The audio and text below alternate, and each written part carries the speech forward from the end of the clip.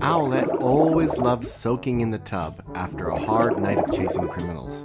And tonight she was lucky because she was the first one back, so she got the big bath. Owlette was happily dozing off in her warm bubble bath when Gekko came in, and Gekko noticed that she had taken the big bath. "Catboy, get over here," he said. "What's wrong?" said Catboy. "Look, Owlette's sleeping and she took the big bath. What are we gonna do?" Thought Catboy. "Well, we'd better wake her up. Owlette, wake up." "Hey, you took our big bath. We can't use that little bath." And Owlette said, "Sorry, boys. First come, first serve. Looks like you two guys are gonna have to get into the little baby bath." "Hee hee hee," she said. "Oh no," said Gekko and Catboy. "Usually we get here first, and Owlette has to use a small bath. But looks like tonight, Owlette beat us." As Catboy looked over at the small bath, and so did Gekko. "Can we really fit in there?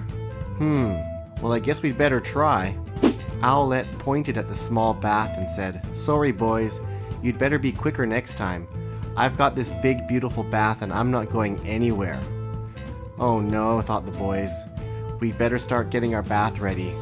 It was soon going to be bedtime, and the boys knew they had to get ready and hurry up. So Catboy went over and started to pour the bath.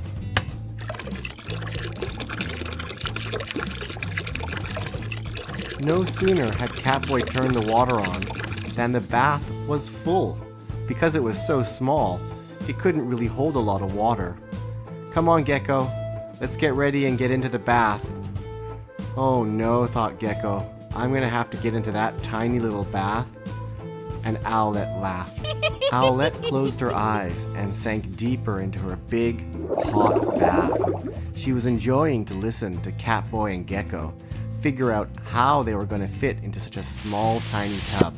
Catboy jumped in first and went all the way to the end. And he motioned over to Gekko and said, "Come on, Gekko, jump into the shallow end. Don't worry, you can fit." But Gekko wasn't sure, but he did trust Catboy. So he jumped in head first, splashed water all over the place, and just fell right back out of the tub again. He wasn't going to fit, and he was lying on the floor all wet. What was Gekko going to do? It looks like Catboy has claimed the small bathtub. What am I going to do? And Catboy looked over at Owlette. She had fallen asleep. Suddenly, Catboy had a great idea. He motioned over to her tub and said, "Gekko, why don't you climb in there right now? There's plenty of room, and Owlette's sleeping. Come on, get in." And Gekko thought, well, it is a two-man tub, and that water looks really, really warm and comfortable. Oh boy, do I ever want to get a bath right now. And if I wait any longer, I'll miss my bedtime, and then I'll be in really big trouble. And I don't want to take a bath alone after Catboy and Owlette have gone. I'm gonna do it. I'm gonna jump into the tub.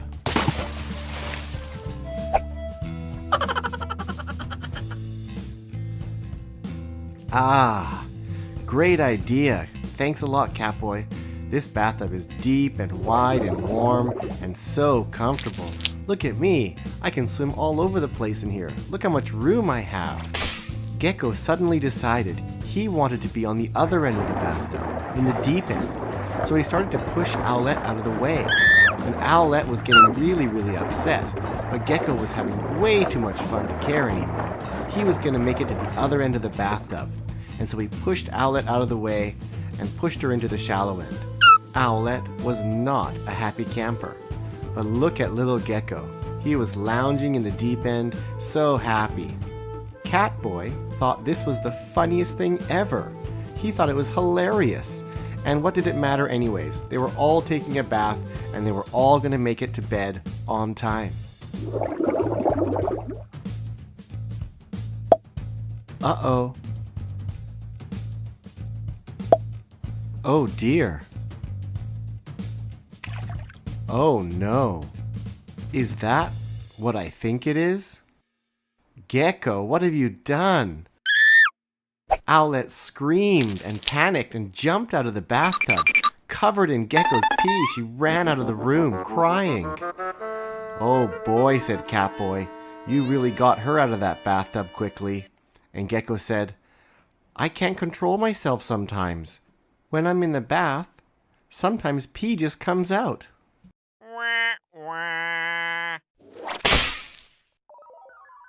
Help! Help me, guys, said Owlette. What should I do? Should I get revenge on Gekko? How can I get him back? Do you guys have any ideas? Write me in the comments and let me know. Little George was all ready to meet Santa Claus. He was going to wait for him all night. He had his elf costume and a big baked cookie. Where was Santa? Oh, here comes somebody. Oh, it's just my papa. And his papa said to George, George, what are you doing outside? And George said, well, I'm waiting for Santa. I've got his fresh baked cookie here. And Papa said, you can't wait for Santa outside. You've got to go into bed. Santa won't come out here. He's going to come into our house when you're sleeping and drop off the presents. Little George was a little sad to hear that, but Papa was right. I'll take your camera, George. Now come on, let's get inside and get ready for bed. It's cold outside, and Santa's coming. Don't worry. Little George was still sad and looked around one more time into the night sky and thought, I'll wait for Santa in my bed. But he checked just one more time to make sure and followed his papa inside.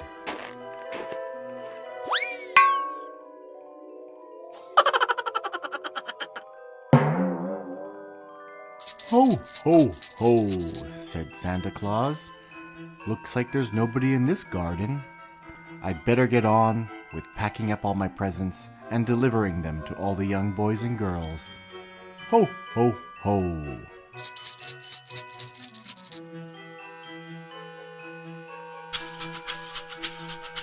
Not soon after, George and Peppa Pig were safely tucked into bed, and it was Christmas Eve. George decided to keep his elf hat on and one eye open just to catch Santa. George could hear his older sister Peppa sleeping. How could she sleep on such an exciting night, George thought. I'm not going to fall asleep tonight. I'm going to stay awake all night, and I'm going to see Santa. George thought, maybe if I just peek out of the covers, Santa won't know that I'm awake. Thought George. Santa sure is taking his sweet time tonight. Where is he? I've been up for what seems like forever, and I think I've got to go pee. I wish he would hurry up and get to my house. But, like most boys on Christmas Eve, George's eyes grew droopy and heavy, and he started to nod off. But he caught himself and said, I can't fall asleep. I've really got to see Santa this year. I miss him every year. I won't fall asleep this year. But he had to go pee again, and he didn't want to leave his bed and miss his chance. George decided not to go to the toilet because he thought if Santa knew he was awake, Santa wouldn't come to a house with children awake. So he stayed in bed. George was not going to fall asleep, and he wasn't going to wake up and go pee. He was just going to wait and wait for Santa and not fall asleep and not go pee.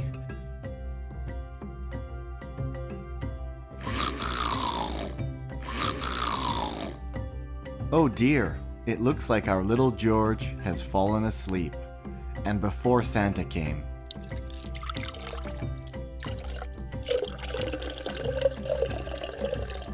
Now Santa, he always had perfect timing. He knew exactly when to come. He always knew when children were asleep. And he looked at George and Peppa and said, they've been really good kids this year, and I've got a bunch of presents for them. Look at them sleeping so peacefully. Well, I'd better get going. And then he slipped, and it was wet, and he didn't know what it was. Oh no, Santa's gonna fall down. Oh dear, thought Santa, that was noisy. I'd better get out of here before the kids wake up. George knew he heard something. It must have been Santa. But the room was dark and he couldn't see anybody. Was it Santa? Oh no, George thought. Did I fall asleep? Did I miss Santa again? And before he knew it, George was fast asleep again. And that's the story of how George missed Santa yet again. But not to worry. When he woke up, all the presents were there, and he had a great Christmas. It was a perfect snowy winter day to play in the park, and Owlette was running from Catboy and Gekko as they were throwing snowballs at her. "Get me if you can," she said, and Gekko threw a snowball but missed. Owlette was too fast, and she laughed as the boys chased her. "I love all this snow," said Owlette, and Gekko said, "Yes, me too. But where's Catboy?" "Oh, he's back there. It seems he's having trouble balancing, and he's slipping and sliding all over the place." Poor Catboy. He was really having trouble with the snow. It was his first time. Catboy was a little jealous that his friends could run and play in the snow so easily when he was slipping and sliding around. I mean, how could they do it? It was so slippery. "Come on, Catboy, what's wrong?" said Owlette. And Catboy said, "I guess I'm just having trouble getting used to walking in the snow. And I think I've got to go pee." "You've got to go pee?" said Owlette. "Yeah, I think I really have to go pee right now, but I don't see a toilet." "Hey, Gekko, do you know if there's a toilet around here?" And Gekko said, "Well, we're out in the forest in a park. I don't think there are any toilets around here, but I'm sure you could probably just go pee over there behind that tree." "I'll tell you what, Catboy. Owlette and I will keep a lookout, and you just go pee quickly, okay?" Catboy looked around and thought, "That's probably a good idea. I can quickly go pee behind this tree here, and maybe that'll help me get my balance back." But he kept on slipping and sliding. "This snow is really tough for me," he thought. "Okay, guys, I'm gonna go pee now. Let me know if anyone's coming, okay?" Owlette jumped up on a stump to get a better lookout, and she said, "Go ahead, Catboy. There's nobody coming." "Yes," said Gekko, "this side is clear too. Hurry up and go pee so we can get back to playing." So Catboy started peeing, and it really did feel quite good. Peeing on the snow is really quite fun, he thought. Look how it's changing color, and it's moving, and what's going on? Catboy started slipping and sliding all over the icy ground, and the snow started moving. What was it? It's not snow, it's a snowman. It's Olaf. Oh my goodness, Olaf, what are you doing here? I'm so sorry. "Oh, well, hello there, PJ Masks," said Olaf. But the PJ Masks were all too shocked and embarrassed. "We're so sorry, Olaf." And Olaf said, "It doesn't matter. I guess I'd just fallen asleep by that tree, and you didn't realize it was me. But I think I'm starting to melt a little bit, and my body's turning yellow." Said the PJ Masks. "We've got to fix this problem." "Yes, please," said Olaf. "I've got a fancy ball to go to tonight, and I can't show up covered in pee." So the PJ Masks decided on a plan and said, "Don't worry, Olaf. We're gonna fix you up perfect."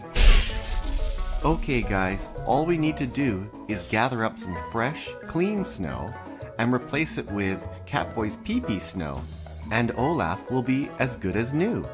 Olaf was actually getting quite excited. He was gonna have some fresh new snow, and it would be perfect to go nice and clean to the ball tonight, he thought. Well, this isn't so bad after all. That was the good thing about Olaf. He didn't let little things get him down, and he always looked at the positive side of life. "Okay, Olaf, are you ready? We've gathered enough snow to replace Catboy's pee-pee mistake." "Wow, guys, I'm actually quite excited," said Olaf. "In fact, my old snow was getting a little bit dirty anyways. So you guys are actually kind of doing me a favor." "No need to thank us at all," said the PJ Masks. "We're going to give you a brand new coat of fresh snow. We're almost done. Here, have a look. What do you think, Olaf?" Wow, it sure is nice and clean," said Olaf. "And it feels like I've gained a little bit of weight. But I guess everyone does over the Christmas holidays, don't they? I guess I'm a little bit of a chubby Olaf now." "Oh no," said the PJ Masks. "We didn't do a very good job." "No problem at all," said Olaf. "I've always wanted to become a bigger snowman. So you guys run off and go play now. You have a whole day in front of you to enjoy the snow. See you later, guys, and thanks a lot." Catboy stayed back for a moment longer, just to apologize properly. He ended up getting a nice high five from Olaf and went to go join his friends. Olaf said to Catboy, I'm going to go back and continue my nap now. I'm still quite tired, especially with all this extra weight.